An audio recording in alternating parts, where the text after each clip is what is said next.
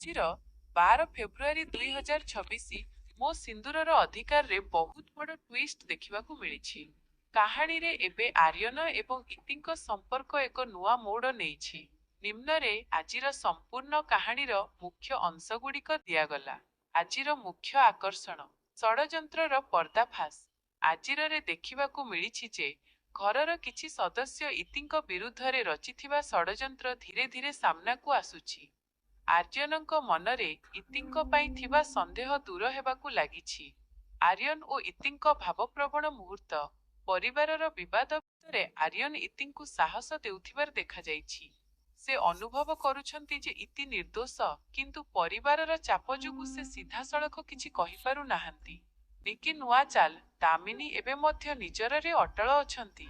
ସେ ଇତିଙ୍କୁ ଘରୁ ବାହାର କରିବା ପାଇଁ ଏକ ନୂଆ ଯୋଜନା ପ୍ରସ୍ତୁତ କରୁଛନ୍ତି, ଯାହା ଆଗାମୀରେ ଅଧିକ ରୋମାଞ୍ଚକର ହେବ। କୁଳଦେବୀଙ୍କ ପୂଜା। ଆଜି ଘରେ ଏକ ବିଶେଷ ପୂଜାର ଆୟୋଜନ କରାଯାଇଛି। ଏହି ପୂଜା ସମୟରେ ଇତି କିଛି ଏମିତି ସତ ପାଇଛନ୍ତି, ଯାହା ତାଙ୍କୁ ତାଙ୍କର ସିନ୍ଦୁରର ଅଧିକାର ଫେରାଇ ଆଣିବାରେ ସାହାଯ୍ୟ କରିବ।